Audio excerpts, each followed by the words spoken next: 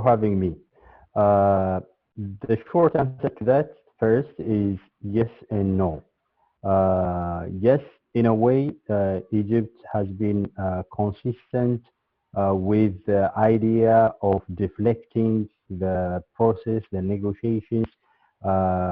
Yes, Egypt has been consistent with the idea of not being a party with a goodwill to reach into a consensus and agreement on the Grand Ethiopian Renaissance Dam, on issues around the filling of the dam. But other than that, Egypt's position has been shifting from the beginning of the construction of the Grand Ethiopian Renaissance Dam. First, it was a complete opposition to the construction, to the inception of the dam in the first place. It was against it. It was blatantly saying that this dam should not materialize. It should not be built.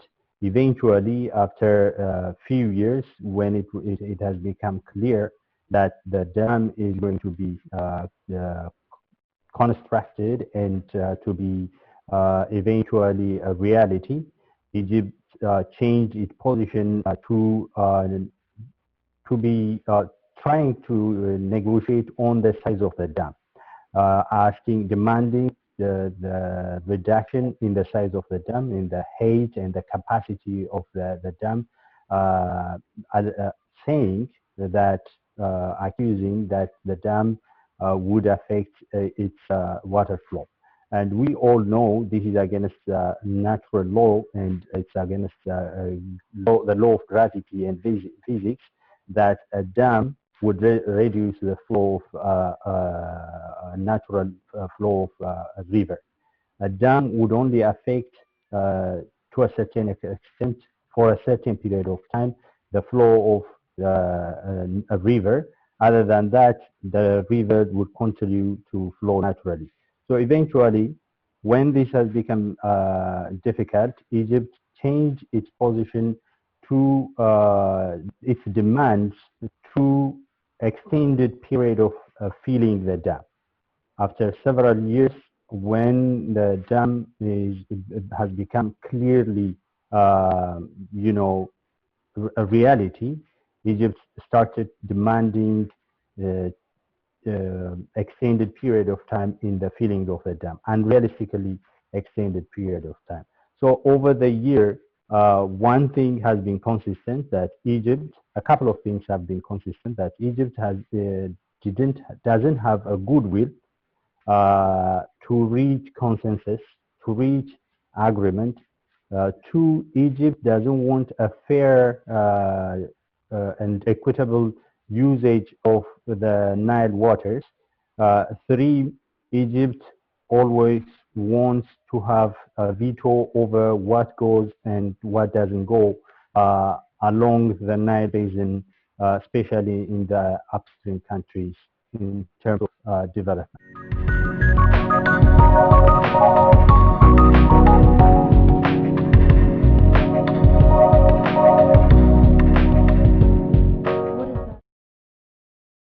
You see, when I explained earlier, Egypt's position has been shifting because it doesn't have a fair demand, a legitimate request, even a legitimate concern over its water security. It is a matter of entitlement and privilege for Egypt that it has enjoyed over the century, over the years, or over the use of Nile waters. That entitlement has given Egypt the sense of being the only party that can decide on what happens in other core riparian countries.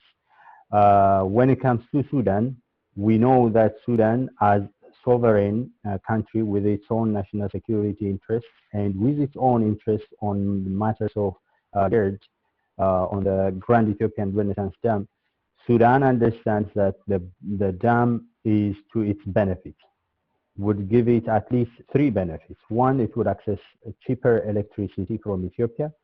Two, it will be saved from regular flooding uh, by the regulated flow, due to the regulated flow of water that is a result of the natural result of the construction of the dam. Three, due to this regulated flow, Sudan will be able to reclaim currently flooded lands that are very fertile, and that land, huge size of land, that can be used for agricultural production. So it doesn't affect significantly downstream countries. So the international convention and customs on the use of international water courses, cross-boundary water courses for anything other than navigation is based on these two concepts, equitable and fair usage, to not causing significant harm to downstream countries. So Sudan's position ascertains that the Grand Ethiopian Renaissance Dam doesn't cause any significant harm to downstream countries. The only insignificant reduction in the flow of the water is until Ethiopia fills the dam to its full capacity. Once it's filled to its full capacity, the natural flow of the water will continue. So Sudan realizes this. This ascertains and attests that the dam would not cause any significant harm on downstream countries, but Egypt alleges otherwise. So this is in line with Egypt's behavior over the years, refusing any development endeavor along the Nile Basin.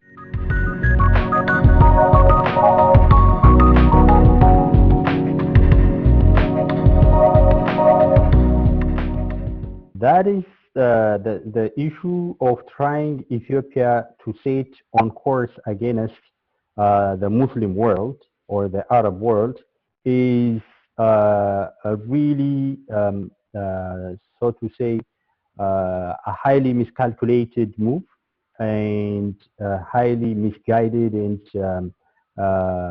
unwise approach, which probably is caused by the lack of understanding of the history of Ethiopia in relation to Islam. Ethiopia has a long history and strong reputation in Islam, so much so that Prophet Muhammad, peace be upon him, vouched for Ethiopia's justness, a land of just people and leaders. That so much so that he sent his early followers, including his family, to Ethiopia when they were persecuted by the Quraysh in Saudi Arabia, in Mecca, in the early days of Islam. So Ethiopia and Islam are introduced in the early days of Islam, probably before many of the Arab countries were introduced to Islam. Two, almost half of Ethiopia's population is Muslim. So this is a highly miscalculated and mischievous approach, trying to set Ethiopia against the Muslim world. In addition to that, if we take the population size, Sudan's, Eritrea's, Somali, and Djibouti's Muslim population combined is almost equal to the Muslim population of Ethiopia.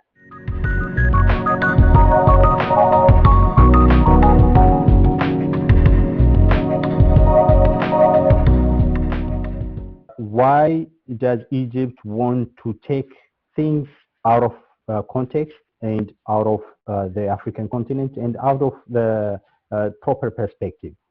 As you said, Egyptian media and Egyptian government establishments and their propaganda machine have been smearing and campaigning on negative information, feeding negative information, unfounded information, false accusations actually about Ethiopia to the Arab world and to the rest of the world actually. This is manifested in the fact that they depict the Grand Ethiopian Renaissance Dam as something that Ethiopia intends to use to harm Egypt. That's not the case. You cannot harm any downstream country with constructing a hydroelectric power generating dam. The water continues to flow after a while. So naturally, it's against the natural the law of nature and the law of gravity. Two, as I said earlier, Egypt doesn't have goodwill to reach consensus on this matter. It is mainly because it is concerned that the example Ethiopia's initiative to construct the Grand Ethiopian Renaissance Dam sets to the rest of the core riparian countries, especially upstream countries, is not in its best interest. Because once Ethiopia shows, as it always does, to the rest of the Nile Basin countries, as it always shows leadership to African countries, once Ethiopia shows that it can be done, that development can be achieved along the Nile Basin, other countries that naturally have their own development interests will follow suit. Egypt is afraid of that because it is against its unfair dominance over the resources of Nile waters. So by internationalizing and politicizing the Grand Ethiopian Renaissance Dam and depicting it as if it is a water sharing issue, it is not a water sharing issue. This is a negotiation on the filling, the duration, the filling, the modalities of the filling, and the operations of the Grand Ethiopian Renaissance Dam. Just one project on the Nile Basin. It's not about water sharing of the Nile water resources. It's not about the entire Nile Basin. Egypt repeatedly tried through its media and propaganda machine to depict this as a water sharing issue. By so doing, Egypt is trying to divide the Nile Basin countries and to take the issue to international forum. So it's trying to achieve two purposes. One, divide the Nile Basin countries, especially upstream countries, so that what has been achieved until 10 years ago with the agreement of the cooperative framework, with the signing of the cooperative framework agreement in 2010, mid-2010, Egypt wants to reverse that. And Egypt wants to undo whatever is achieved through the Nile Basin Initiative, and if possible, dismantle the Nile Basin Initiative altogether, so that it would continue to dominate the use of the water resources of the Nile River, and it would remain the only one with a veto over what goes in the Nile Basin. So one, it is trying to achieve that. Two, by internationalizing the issue, Egypt is trying to drag to take longer time to deny Ethiopia the chance to start filling the dam and starting operations, filling the dam and commissioning it. So Egypt wants to take it to the international to international stage because it knows if it is through negotiations, if it is through the framework of the Nile Basin Initiative, if it is dealt with through institutions, Pan-African institutions like the African Union, it will not be in its favor, in its unfair interest. So because it knows its unfair demands will not be made through this approach, it is trying to take the issue to other forums, such as the Arab League, where only two of the about 11 Nile core riparians are a member, whereas all the Nile riparian countries are members of the African Union. So if Egypt has interest on any genuine discussion and equitable and fair usage negotiations on the Nile, it should be done within the African continent within through Pan-African institutions, not through the Arab League, not even the United States, and in only if the African Union fails, that the matter should be taken to the United Nations. It should be dealt within the framework of the African Union. So to summarize, Egypt is trying to achieve two things. One, divide the Nile Basin countries so that it would not face this strong demand for genuine and legitimate development questioned by the riparian countries.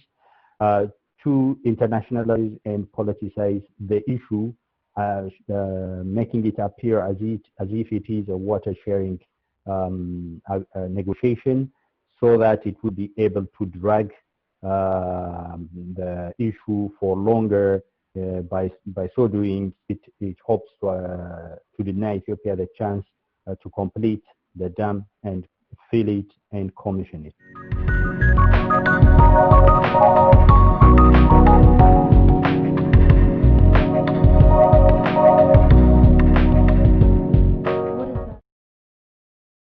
Recently, the Ethiopians around the world, Ethiopians at home and abroad around the world, have been united and have been campaigning, have been voicing their concerns and trying to reach as much as wider audience as possible, communicating facts and truths about the Grand Ethiopian Renaissance Dam, Ethiopia's rights for development on Nile resources, about the Nile, facts about the very Nile River itself. So that should be continued. So Ethiopians, especially outside of Ethiopia, professionals in any international organization, on their own personal initiatives through certain groups, should continue to disseminate information, factual information about what the Grand Ethiopian Renaissance Dam is, about the fair and legitimate request by Ethiopia for development, that more than half of Ethiopia's population doesn't have access to electricity. A large portion of the Ethiopian population doesn't have access to safe drinking water, while Egypt has achieved almost 100% electrification, and almost 100% of Egyptians have access to safe drinking water. And it is unfair for any country to expect Ethiopia to sit idle while the waters from its territory, which accounts for more than 86% of the Nile water, continue to flow unused. So Ethiopians should continue to educate the rest of the world about these facts, and by so doing, Ethiopians should be able to undo the smear campaign and the negative propaganda that has been done by the Egyptian propaganda machine.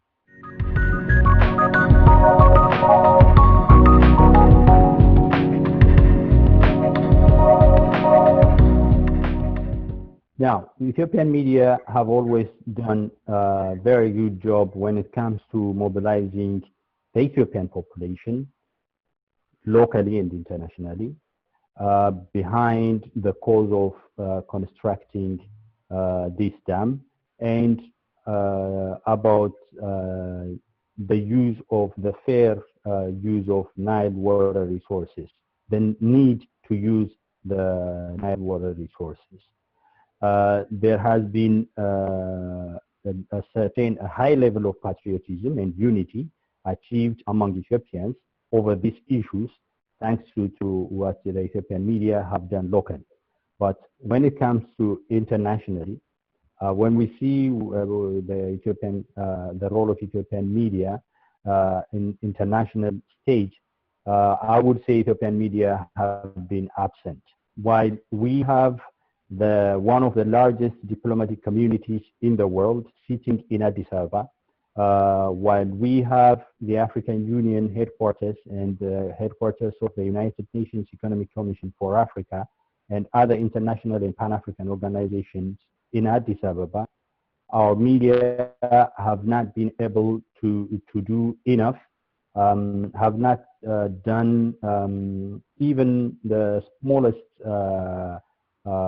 of what is expected of them to attract these kind of audience, mainly in three languages: one English, two Arabic and French, at least, and to communicate the fairness and the just quest by Ethiopians for development, the current situation of Ethiopians along the Nile Basin, how poverty-stricken people are, the lack of access to electricity and safe drinking water, and the like issues to the international community. So Ethiopian media should do more. First, build their capacity, should have the right resources, such as human power, the right manpower, and the right technical capacity, in order to be able to generate and disseminate content that can compete with other international media to capture the attention of international audience mainly in the Middle East and in the West.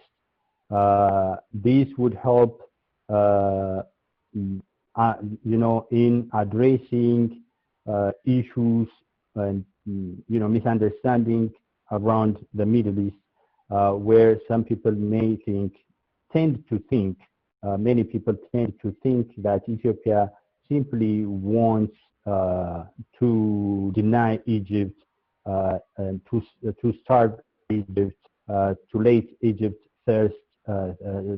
be thirsty of the Nile waters by blocking the flow of the water. So they think this is the case. So Ethiopian media can address this issue by actually disseminating information about what it is on the ground.